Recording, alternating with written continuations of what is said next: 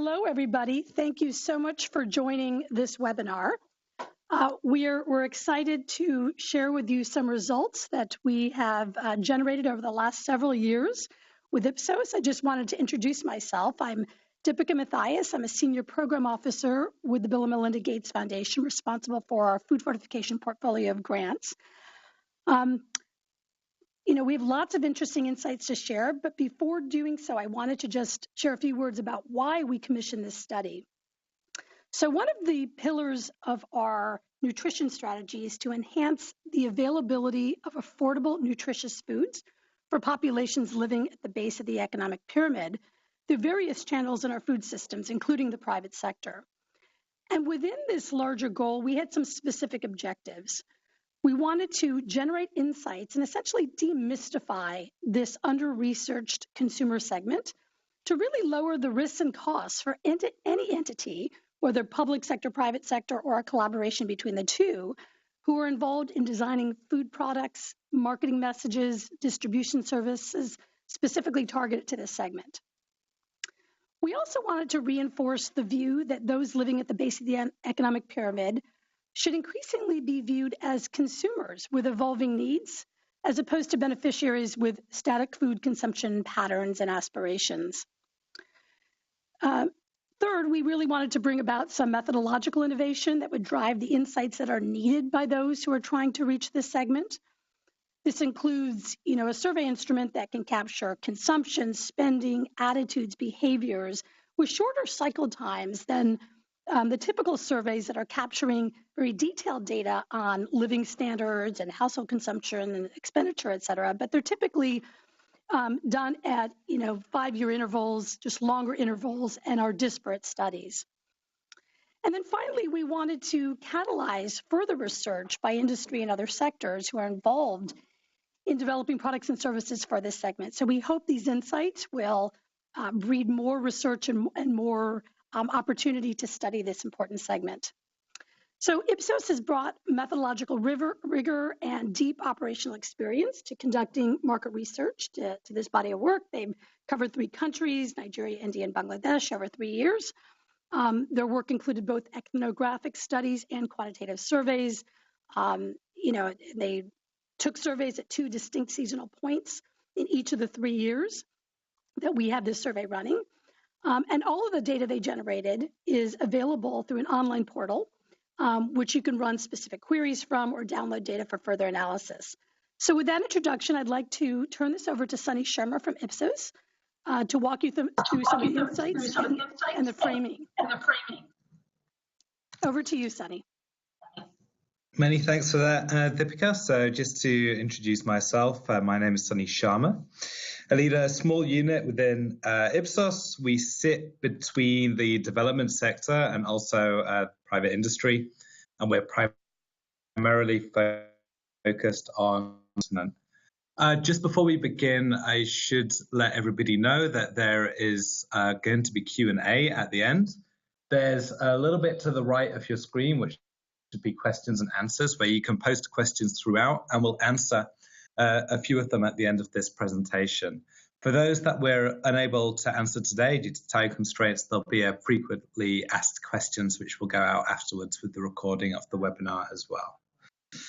With me today, I'm with 3 members of the core team who will be doing the presenting. So we have Sophie Bates, who's one of the other senior stakeholders on this project.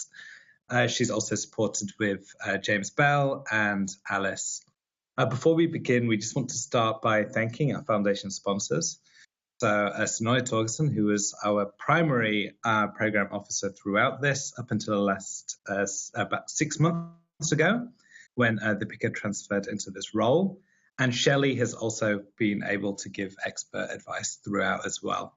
There are many other people from the Ipsos team who contributed to this, both from a core team perspective and from in-country researchers as well. And a few of them are mentioned at the bottom of this slide. So Deepika has given a fairly comprehensive overview as to why this research came about. So I'm going to go very briefly through some of the objectives and methods which we used for this. Before handing on to Sophie, who's going to give 3 practical applications and uses for how this data could be used. So I think it's very important to point out at this phase that this research is really designed to be a conversation starter between the public and the private sectors. And the data that we've collected is very wide-reaching. But what we want to highlight is that you're going to have access to this data set. And here are 3 potential uses that you could have for it out of a wider group. So from a mission perspective, this project was experimental in nature, and it's really designed to start conversations. And we're using this webinar hopefully as a platform to be able to inspire people to have conversations between the private and the public sectors as well. The foundation approached us back in 2015 to really encourage us to understand the decision-making processes of consumers at the base of the pyramid. And this is important for a number of reasons, not least that there seems to be a relative data gap with these consumers who are arguably consumers of today, not just consumers of tomorrow. And also, these areas, this base of the pyramid, is important for the private sector, as these are the customers who could really boost growth, and it's a relatively untapped area as well. For those readers amongst the group, as the late, great Hans Rosling argues in the book Factfulness, companies are focusing a lot of attention on trying to win business amongst the wealthiest people in the world, people in countries like here in the UK, leaving the bulk of global markets untapped. And this is where the opportunities lie today, as no longer talking about the opportunities of tomorrow. So as Deepika mentioned, our study focused on 3 countries or areas. Actually, we focused on 1 state within India. So we focused on Nigeria, Bangladesh, and Uttar Pradesh. These are areas that have very large populations, and then also countries that face a double burden of nutrition. So they still have proportions of the population living in extreme poverty and nutrient deficient, and then proportions who are relatively wealthy, living with overnourishment, the types of conditions that you'd see here in the UK as well. Up until the point when this research began, all 3 countries were developing rapidly at the time, and Nigeria has had a setback over the last 2 years, and they really were leading at the forefront of the markets of tomorrow. Our research methodology covered 2 main phases. So we started by immersing ourselves in the lives of bottom of the pyramid consumers by sending trained anthropologists in to spend half a day with families and households within these lower socioeconomic groups within the countries. And this was really to help us ground ourselves on what daily life is like and what factors come in that might change decision-making when it comes to nutritional uptake as well.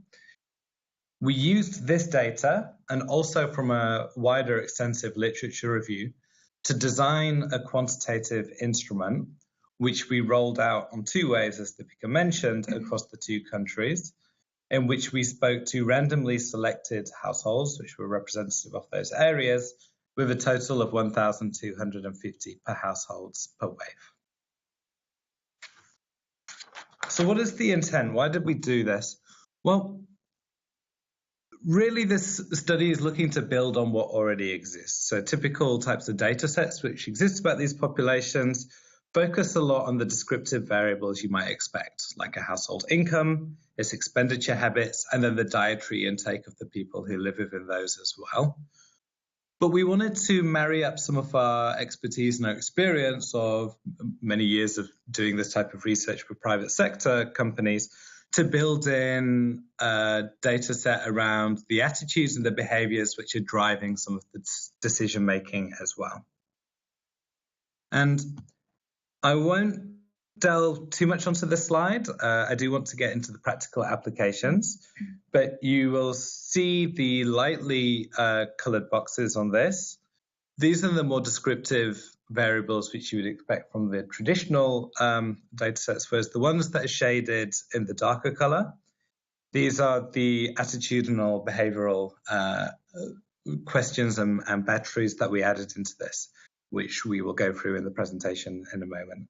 So the first one around potential consumption and income aspirations, We went to households to challenge them. If your income were to increase by 20%, how might your spending change, to get a sense of what it is that they would be prioritizing, with a particular focus on nutrition.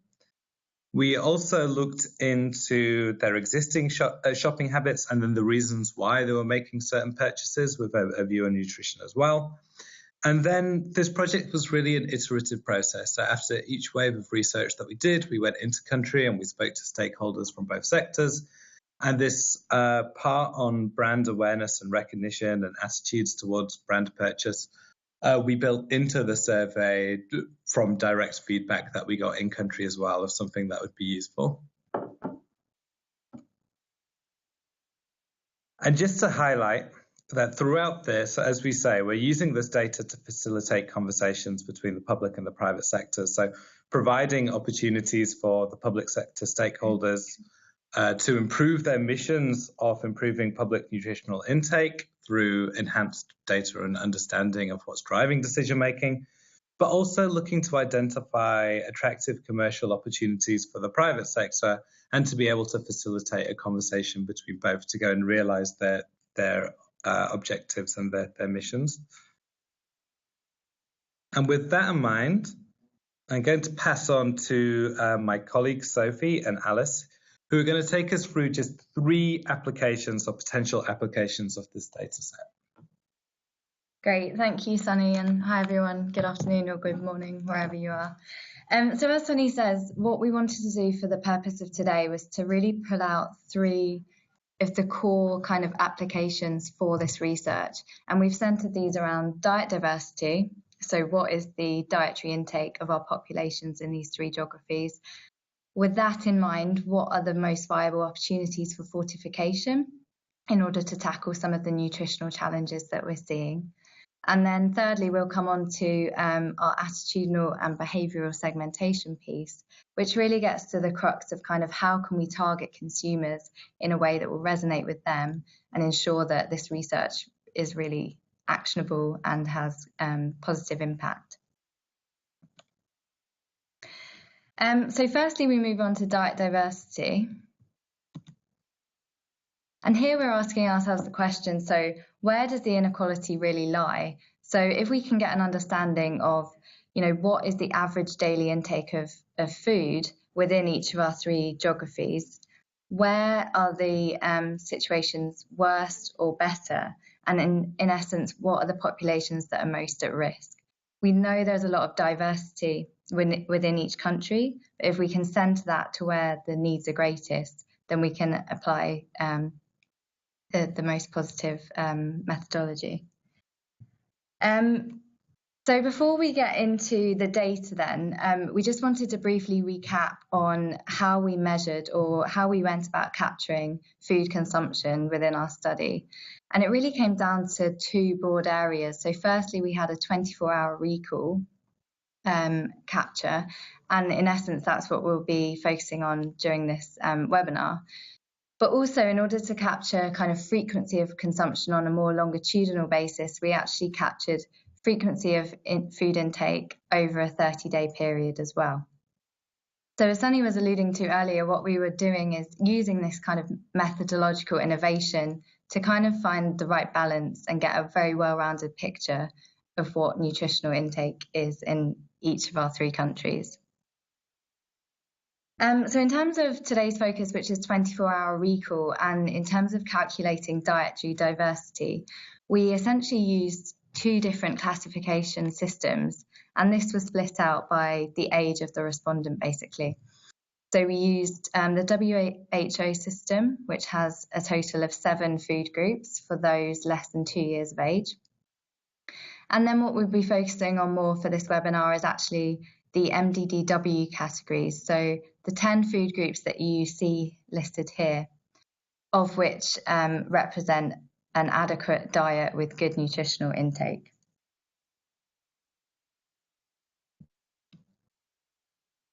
So getting into the data then, here on this slide, what we've done is to summarise the dietary diversity in Nigeria, UP in India and Bangladesh. And here we're looking at the average number of food groups consumed in the last 24 hours. And this is actually taken from the lean season. So essentially when food is most scarce within each of our markets. And if we focus on the top row to start with, so here we're looking at spontaneous recall. And essentially what that means is that those are the number of groups that respondents have recalled spontaneously without being prompted by the interviewers at the time of interview. And while what we didn't want to set out doing in terms of this research program was to compare the countries like for like, but I think firstly what you can see here is that actually in Bangladesh you have a much higher dietary diversity at 5.1 categories compared to if you look at Nigeria, which has just 2.7, an average of 2.7 food groups of the maximum 10 food groups. And then for India, in UP, you see a score that's roughly in the middle of the two.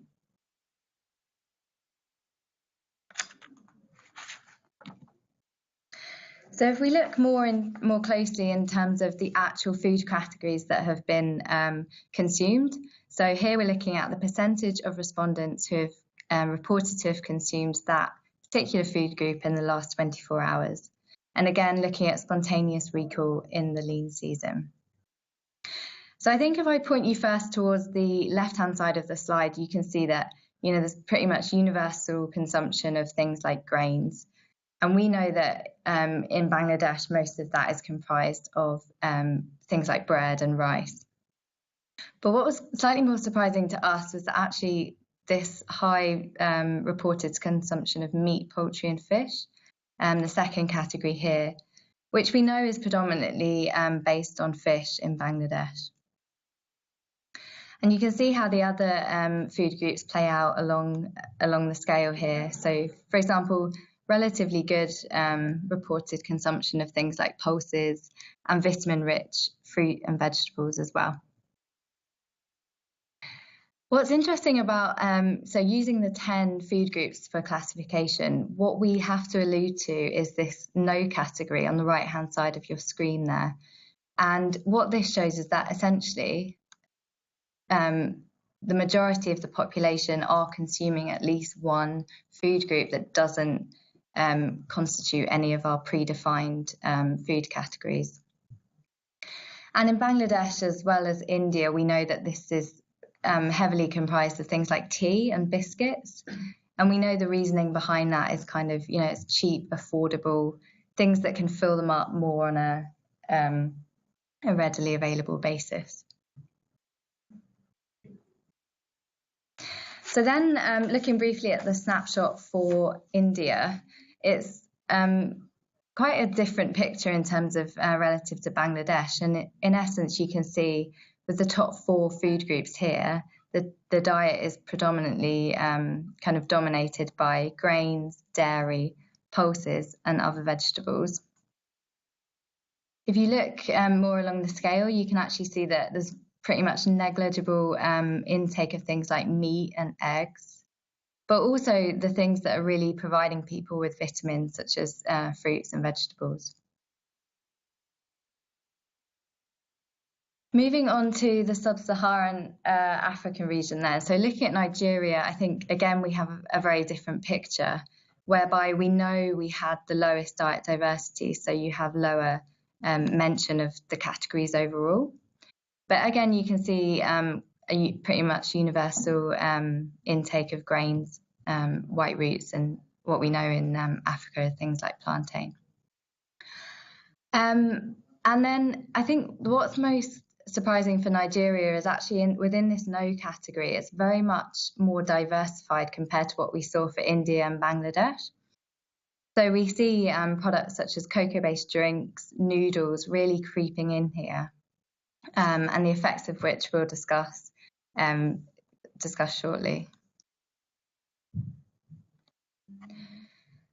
So on the next slide, what we'll see is that actually we've plotted all 3 countries against each other, and this really helps us to kind of uncover the more stark contrast and where the discrepancy lies in terms of food groups more heavily consumed versus least consumed in all of our markets.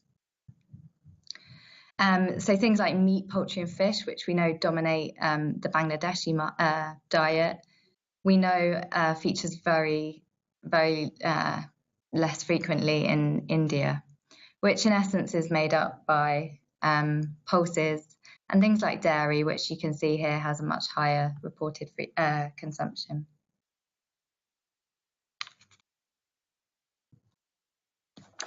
So here we're looking at, again, the 24-hour recall data for Nigeria. But what we wanted to pull out here, and it kind of goes back to my comment on the methodology, is that whilst we conducted 24-hour recall, we then backed that up with looking at frequency over a 30-day period. And in the black circles here, basically what you can see is the average weekly consumption of each food group, which you see pretty much correlates with 24-hour recall.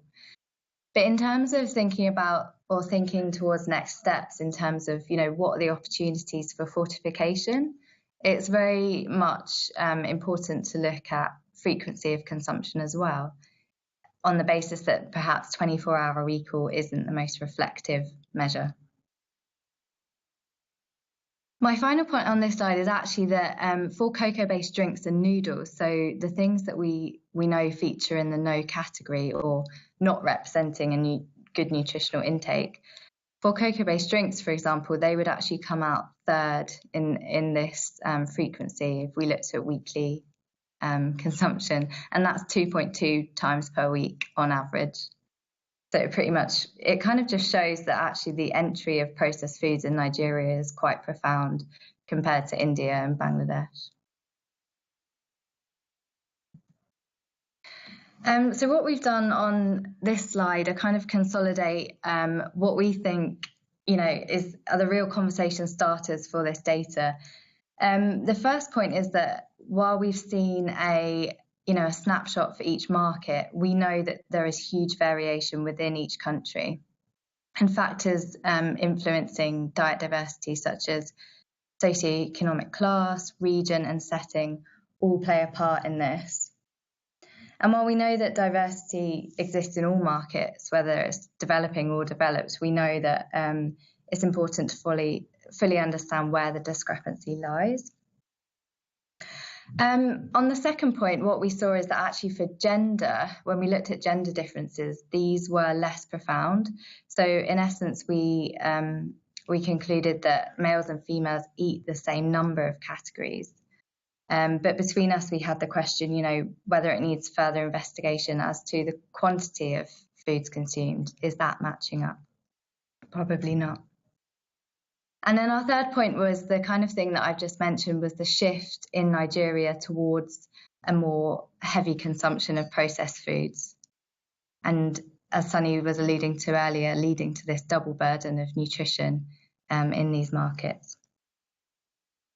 And I think for Nigeria in particular, it's hard to say in terms of chicken and egg, but we know that that has the lowest diet diversity, so it could be having a profound effect on the diversity within that region.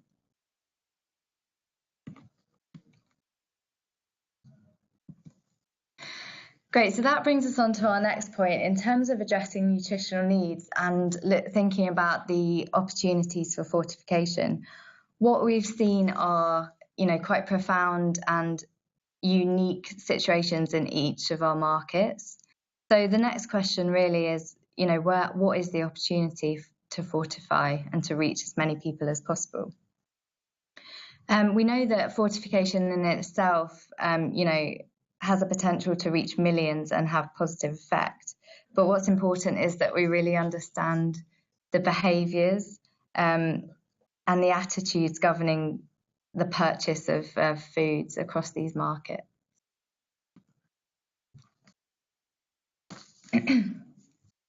So here on the next slide, we're getting into the data surrounding food purchase habits. And this is for India specifically, Uttar Pradesh specifically. And essentially here, what we did was ask the key decision maker in each household. So for example, the person who's responsible for purchasing food, whether that's a daily or weekly basis. And we basically asked, of all the commodities that you see here, do you predominantly buy branded things that come in a packet, or do you buy them loose or unbranded?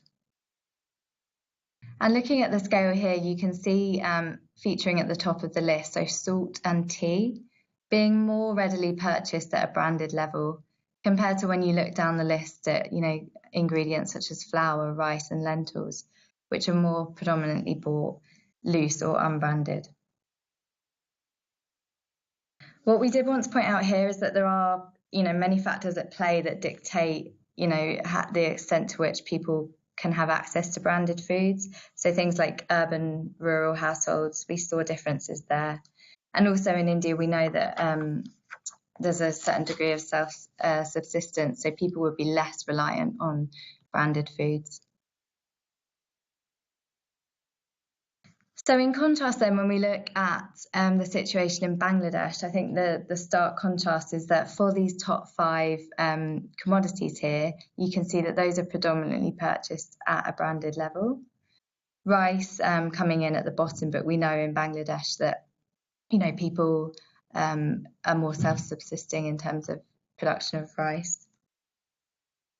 So it's kind of interesting to look at the differences between the two. And also what we captured in terms of attitudes towards branded foods really kind of helps to validate the purchase behaviours that we've seen. So for example, on this slide, again, we're looking at the situation in UP, but from these agreement statements, you can see that, there's a profound level of trust in prepackaged food. People feel that it's a safer option than perhaps what they can buy in a market. And then there's also a preference towards it as well by the majority of the population.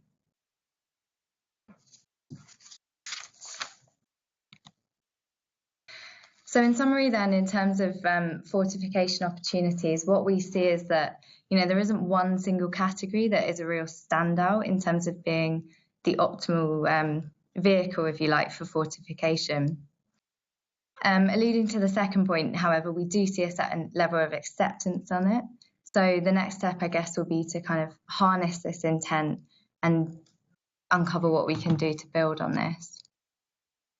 And then when we looked at the differences between Bangladesh and India, we can see that perhaps Bangladesh offers the greater opportunity because there is a wider reported access to branded products.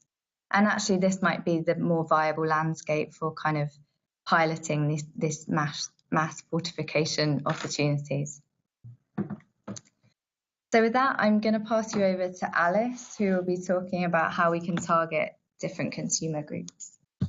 Thanks, Sophie. So now we're going to look at one of the unique aspects of our research programme, which is the household segmentation. So segmentation divides the population into groups, not only based on their demographics, but also their attitudes and behaviours. The success of any segmentation really depends on the groups being distinct in that they are identifiable, easily defined, and recognisable. Meaningful in that the segmentation can be used to understand the market and offer prioritisation, and actionable in that the solution enables you to understand who to target, how to find them, and how to engage with them. So our aim was to identify within each market distinct groups of consumers within the population in order to identify key priorities for each segment, such as nutritional need, identify how accepting they will be to certain interventions, and where it is likely investment can be enhanced by targeting. So country-specific segmentations were conducted, but here we're just going to look at Nigeria as an example. In Nigeria, we have 5 distinct groups. The largest segment in the population we have is the good food fans, which makes up 25% of the population. They are more urban-based with an entrepreneurial mindset. They place high importance on providing a quality and varied diet for their family and have quite a good nutritional knowledge. So we also have the tradition followers. They're the poorest segment and more clustered to rural regions. They have the poorest diet diversity and weak nutritional knowledge. and they typically eat staple foods cooked in a traditional way. So the smallest segment we have is convenience orientated. This group have busy lives and they're driven to earn money, similar to the good food fans, but they're really driven by price and convenience, and then they therefore influence their diet in a way that sees a higher consumption of commercialized products such as noodles. So the second largest group we have is status orientated, making up 22% of the population. They place importance on being able to impress others. They have a high expenditure on food and reasonably good nutritional knowledge, but despite this, they have the second lowest diet diversity. And finally, we have security seekers. They're a poor segment who worries about money and food availability, and so they really prioritize food to ensure that their family have enough to eat and never go hungry, and that they can provide a reasonably varied diet. So they're often having to choose the cheapest foods available.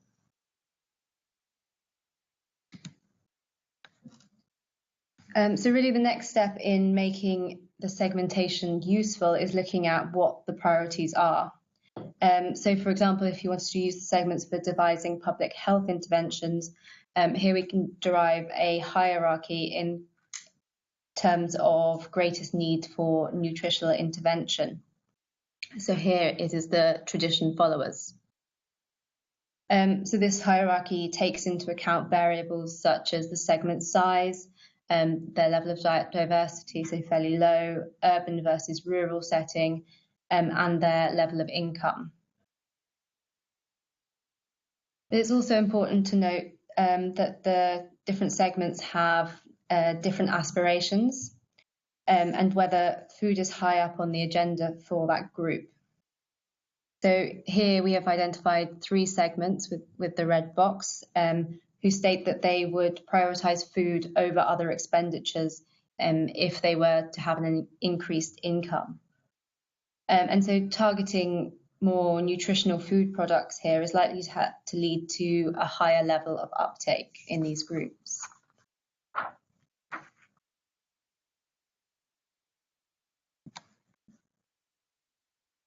So next, we're just going to take the traditional followers as an example in terms of how we can define the opportunity. So this group has the highest need for nutritional intervention, but they may find it difficult to see the value of interventions because that are focused on promoting good nutrition, because for them day-to-day survival is more of a priority.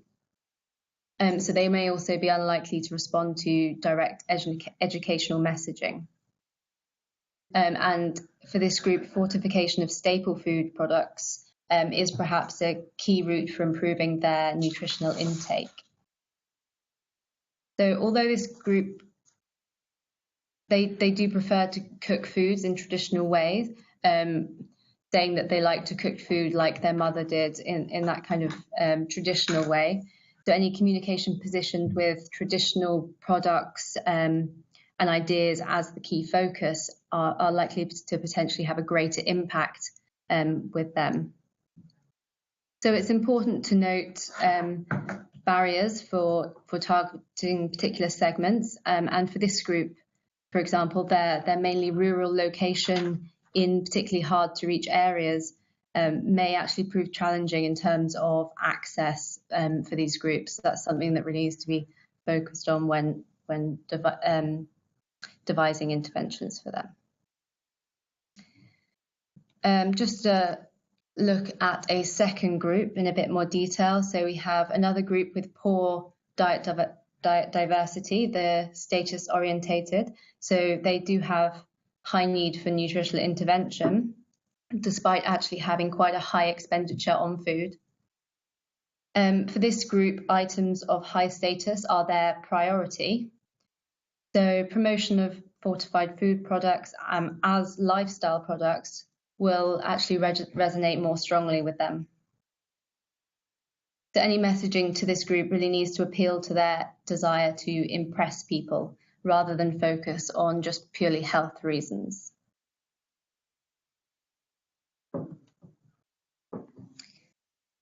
So these 3 country segmentations were conducted in isolation, and although of course there are some variations per market, we do see some segments appearing across the 3 markets.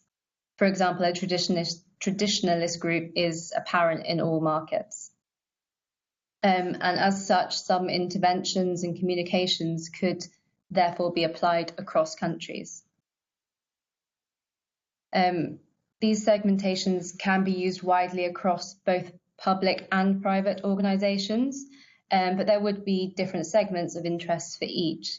So, for example, for public and government organisations, they can use the segments to target low-income, food-insecure populations for interventions around improving nutrition. Whereas private entities might focus on the groups that create a higher possibility as future markets for consumer products, such as the higher income groups and those that show preference for branded products. So now I'm going to pass over to James, who's going to take you through how to access the full extent of the data that we've been discussing here. Great, yeah. Thanks very much, Alice. So I'm just going to switch screens here and I'll bring up the data portal that we have. So the idea behind creating this data portal is that in the last sort of 40 minutes or so, we've really only been able to showcase a very, very small amount of the data that we have available. So in our commitment to making the data as open and as accessible as possible, we have uploaded a great deal of it to this website that will be available for everyone. So I won't go through this in exhaustive detail. I'm just going to explain a little bit about how it works and the kind of things that you can do with it. So the bulk of the data then is in the reports section, which I'm just going to click into now. And what we've done there is that we've laid out the questions according to our questionnaire. We have all these different sections here. So you can see that there are a lot of different topics covered there. So we have our demographic questions, we have employment, and we have a lot of our diet questions, and more about income and expenditure, as well as the more attitudinal questions as well. So I'm just going to choose one example. So if we look at probably the most simple screen, which is the demographics section. It'll take just a moment to appear.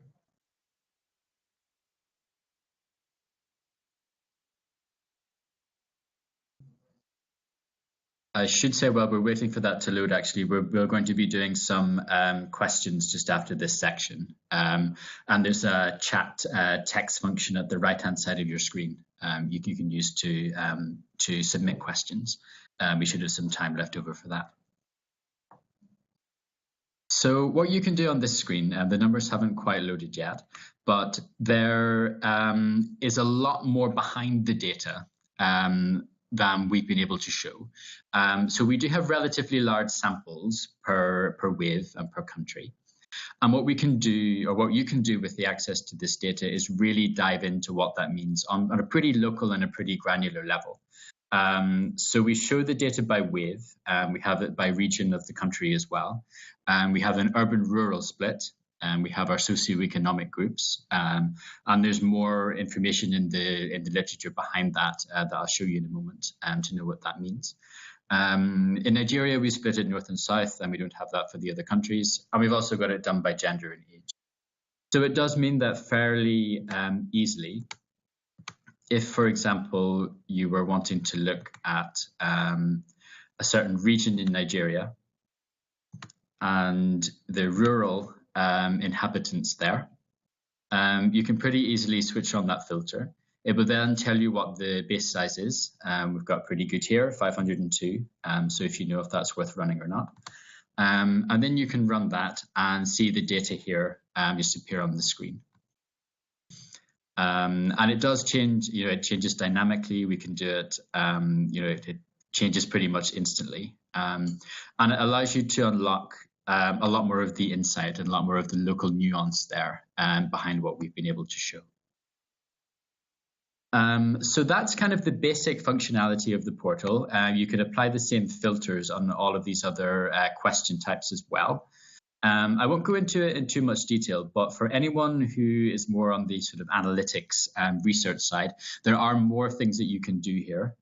So the table builder at the bottom, that allows you to cross any two variables together. So that you can look. We have some predefined filters there that we think are going to be most common. But if you have a more unusual request, then there is, there's a capability there. And then the top line reporter, this allows you to put some of the data into charts and to export that to PowerPoint slides. So the last thing that I want to mention then is in the document management tab. So again, in the commitment we have to open access, this is all of the materials that we've used all the way since 2015. So we have our questionnaires, our food lists, all of our show cards, as well as the ethnographic and the quantitative reports, which are split by wave. And in those reports, there'll be segmentation data as well, as Alice was talking about. So that's a brief overview of the portal. The URL is www.thebottomofthepyramidstudy.com, and there is a contact tab there. So if you have any technical difficulties or have any other questions there, then you can feel free to contact us. Okay, so just in the last section then, I'm just going to take a look at some of the questions that have been coming through. There's one question here: will a recording of the slides be available after the webinar? Yes, they will. So we will send out the recording and we can also make the slides available as well. A lot of the data slides are taken from these reports in the document management section. So you should be able to find those as well. And we have another question here. Which is there any data available which can indicate in which direction consumer spending will move with rising incomes? For example, the food groups on which people would choose to spend. Yep, that's a great question, and we do certainly have data on that. That was one of the sort of foundational questions that we had with the study, is not just being able to describe how these populations live right now, but be able to think a little bit about how if incomes will rise, how they're going to be able to spend in the future. So we do have some questions around that. It's in section I of our portal. It's called expenditure and prioritization. So this will show, the way this was set up in the interview is that we asked the respondent on a baseline level, how do you spend your money now? Across different food groups, but also different spending categories. So for example, if they spend it on housing, if they spend it on transport, all of these kind of things. And then we asked them to imagine, okay, if you had an increase in income, from memory, I think it was 10%, but I would just need to check that. And then we asked them to do that allocation again. We looked at the different spending priorities depending on the future situation.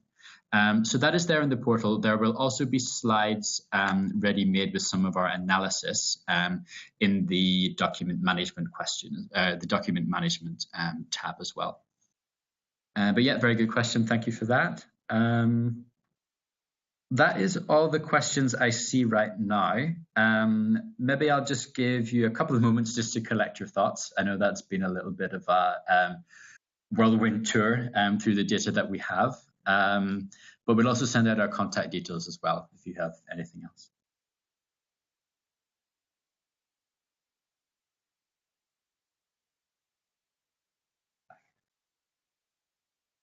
And yes, we will have all of these slides and a recording to be sent out as well.